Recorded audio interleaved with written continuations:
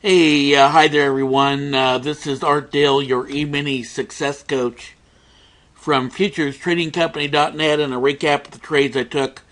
I should say trade I took January 11th, 2012.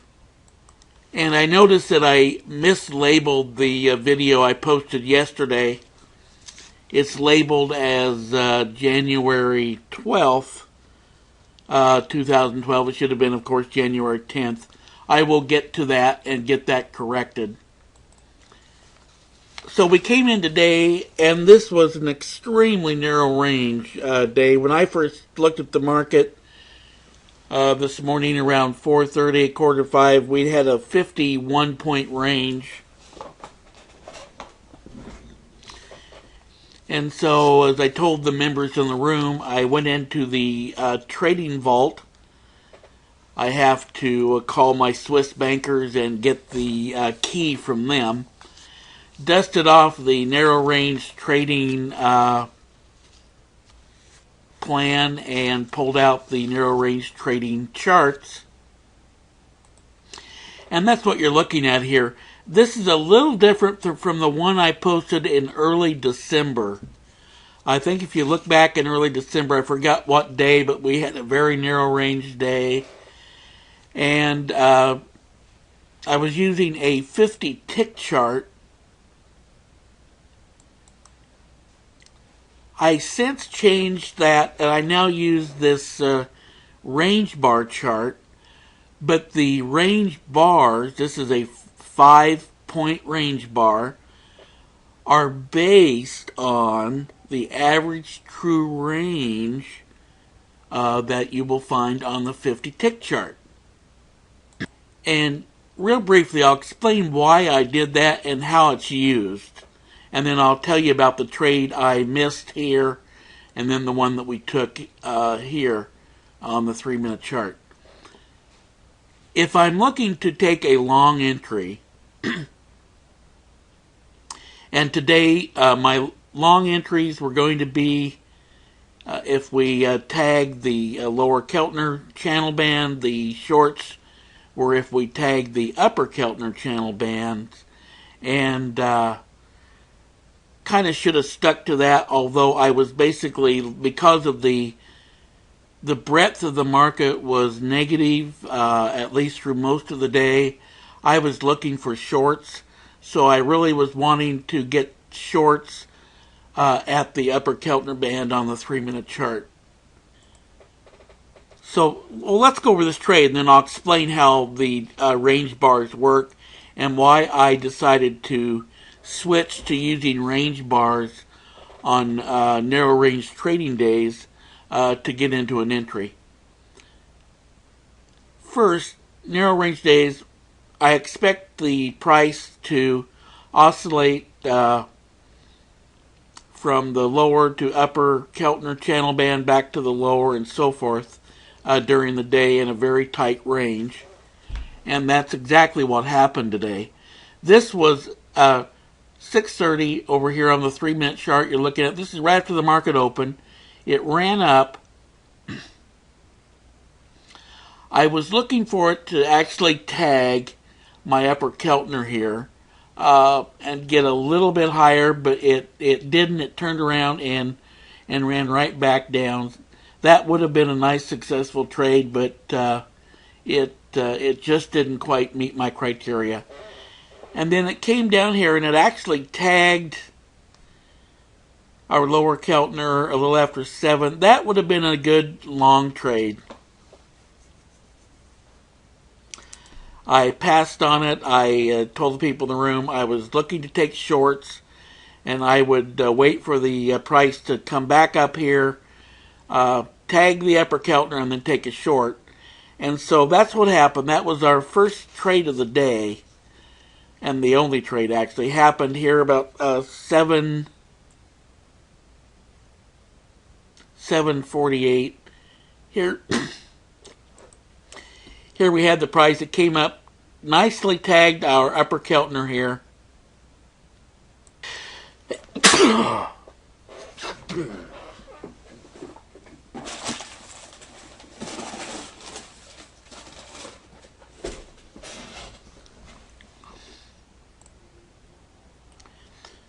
So now I'm looking, once I had the tag, I'm looking for a short here entry on the range bar chart. And my criteria for that is for a short, I want the stochastics to have crossed over and headed down. I want my Hall moving average to have turned and headed down. And then all those criteria are met right here on this bar. I want to take the entry one tick below the range bar that forms here. What makes using the range bar in this instance nice is that I knew while this bar was forming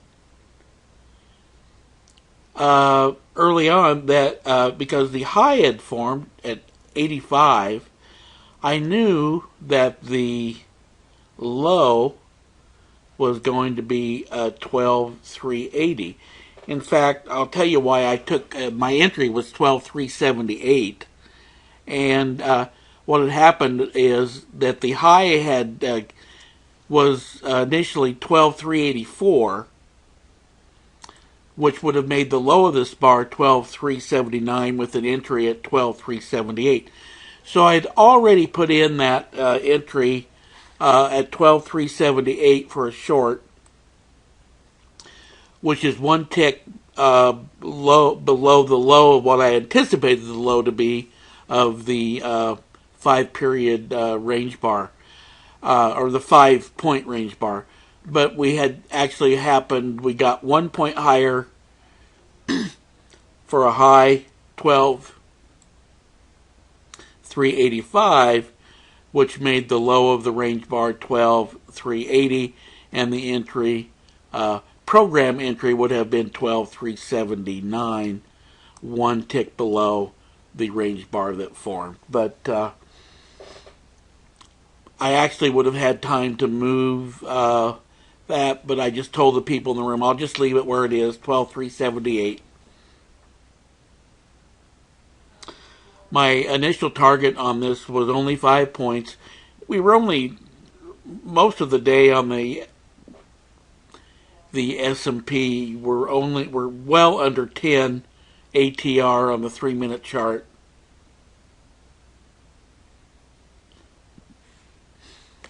So I was going for very small targets. My second target was either 10 points, or I decided to trail actually the price down one tick above the HA bars that formed, and I actually stopped out on that trade at 12,367. So 11 points on the second contract, 5 on the first. One more thing about using this and what I'm doing for stops.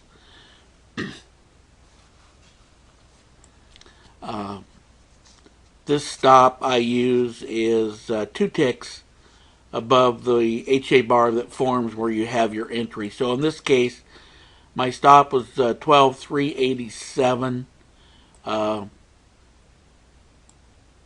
On that trade, was never took any heat on the trade. Took it a little while to start down, but it finally did, and then got these 2 targets. So that was a nice trade. And this was where this is on the 3-minute chart. Then back to 8:30, we did get down to the lower Keltner again.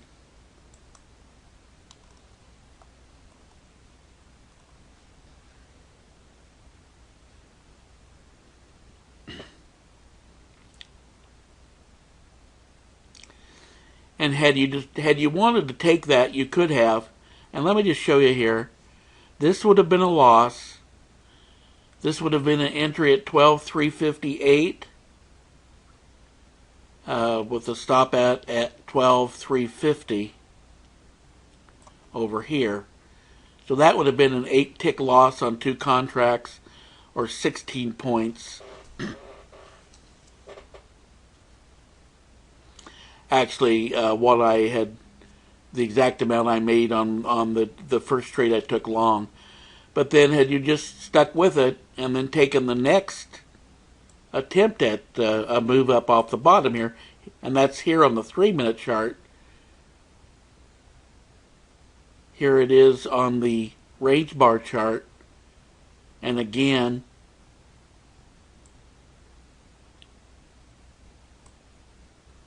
the turn up in stochastics, the Hall moving average changes from down to up here again.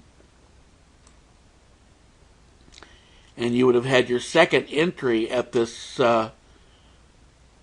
tag of this lower Keltner at 12,353 with a stop below the low 12,345.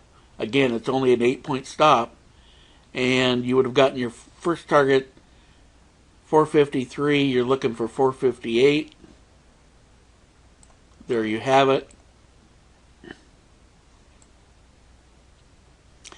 And in this case, I would have definitely been looking for 10 points.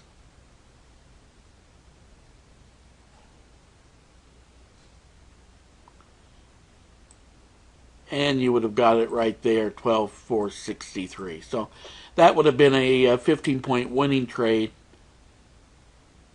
had you got involved trying to get along here. And then we were into dead zone, and I'll just scroll the 3-minute over. This is running a little bit longer than I anticipated.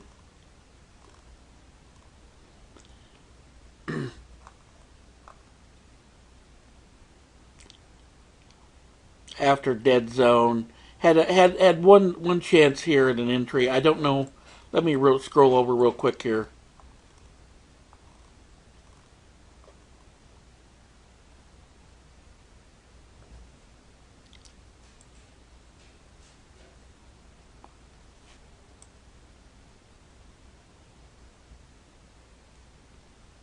I have to go back and look at my trading notes, but I believe I was trying to get the price a little higher than that, but that would have worked over here.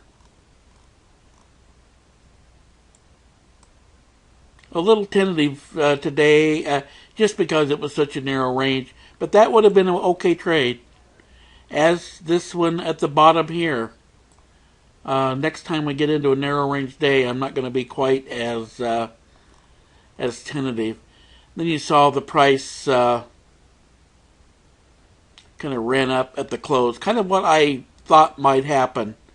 Ran right up at the close here. Toward the high of the day, which was 12,409. That was the Globex high, which was never challenged. This has gone too long. Again, expect a big breakout day tomorrow and a big range day tomorrow. So we will post our results at the end of the day. Have a great evening, and we'll post again tomorrow.